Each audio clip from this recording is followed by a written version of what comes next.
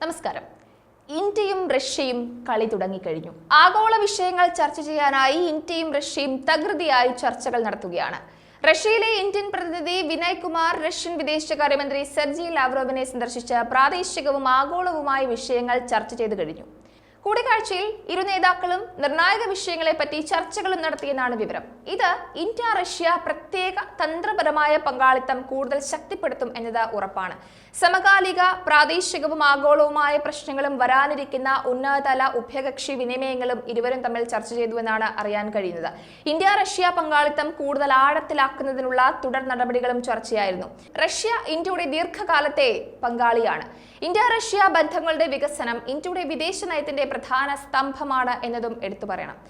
2000 ഒക്ടോബറിൽ Russian president Vladimir Putin India സന്ദർശന വേളയിൽ ഇന്ത്യ റഷ്യ തന്ത്രപരമായ ഒരു പങ്കാളിത്തത്തെക്കുറിച്ചുള്ള പ്രഖ്യാപനം ഒപ്പുവെച്ചതിനു ശേഷം ഇന്ത്യ റഷ്യ ബന്ധം മിക്കവാറും എല്ലാ മേഖലകളിലും മെച്ചപ്പെട്ട സഹകരണത്തോടെ ഗുണപരമായി പുതിയ സ്വഭാവം കൈവരിച്ചു എന്നത് എടുത്തു പറയണം.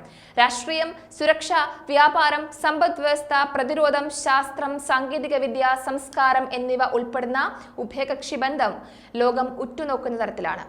ഇന്ത്യയും റഷ്യയും തമ്മിലുള്ള ഈ ബന്ധം ലോകം എപ്പോഴും ശ്രദ്ധിക്കുന്ന ഒന്നുമാണ്. സ്ട്രാറ്റജിക് പാർട്ട്ണർഷിപ്പിന് കീഴിൽ സ്ഥിരമായ ഇടപെടലും സഹകരണ പ്രവർത്തനങ്ങളുടെ തുടർ നടപടികളും ഉറപ്പാക്കുന്നതിന് രാഷ്ട്രീയവും ഔദ്യോഗികവുമായ തലങ്ങളിൽ നിരവധി സംവിധാനങ്ങൾ പ്രവർത്തിക്കുന്നുണ്ട്. 2010 ഡിസംബറിൽ റഷ്യൻ പ്രസിഡന്റിന്റെ ഇന്ത്യ സന്ദർശന വേളയിൽ തന്ത്രപരമായ പങ്കാളിത്തം പ്രത്യേകമായി തന്ത്രപരമായ പങ്കാളിത്തം എന്ന തലത്തിലേക്ക് ഉയർത്തപ്പെട്ടു എന്നതും അടിവരയിട്ട് പറയണം. പ്രതിരോധ മേഖലയിൽ റഷ്യയുമായി ഇന്ത്യക്ക് ദീർഘകാലവും വിശാലവുമായ സഹകരണമുണ്ട്.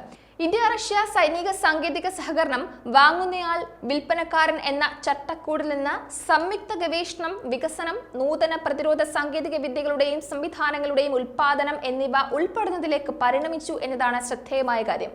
എന്തായാലും റഷ്യയിൽ പുതുതായി നിയമിതനായ ഇന്ത്യൻ അംബാസിഡർ വിനയ് കുമാർ വിദേശകാര്യമന്ത്രി സെർജി ലാവ്റോവിനെ സന്ദർശിച്ചത് ലോകം വലിയ രീതിയിൽ ഉറ്റുനോക്കുകയാണ്. കഴിഞ്ഞ മാസം ഇന്ത്യൻ പ്രധാനമന്ത്രി നരേന്ദ്രമോദി റഷ്യൻ പ്രസിഡന്റ് വ്ളാഡിമിർ പുടിനുമായി ഫോണിൽ സംസാരിച്ചിരുന്നു. ഇരു നേതാക്കളും ഉഭയകക്ഷി സഹകരണത്തിന്റെ വിവിധ വിഷയങ്ങളിലെ പുരോഗതി അവലോകനം ചെയ്യുകയും പരസ്പര താൽപര്യമുള്ള പ്രാദേശിക ആഗോള പ്രശ്നങ്ങളിൽ വീക്ഷണങ്ങൾ കൈമാറുകയും ചെയ്തിരുന്നു.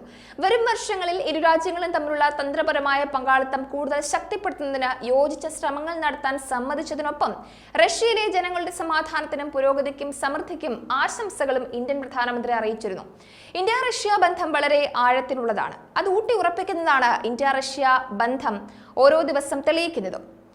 60 വർഷത്തിലേറെയായി കെട്ടിപ്പടുത്ത ഇന്ത്യ റഷ്യ ബന്ധത്തിന്റെ വേഗത നിലനിർത്തുന്നതിൽ ഇരു രാജ്യങ്ങളുടെയും നേതാക്കൾക്ക് വലിയ പങ്കുണ്ട് എന്നത് എടുത്തു പറയണം.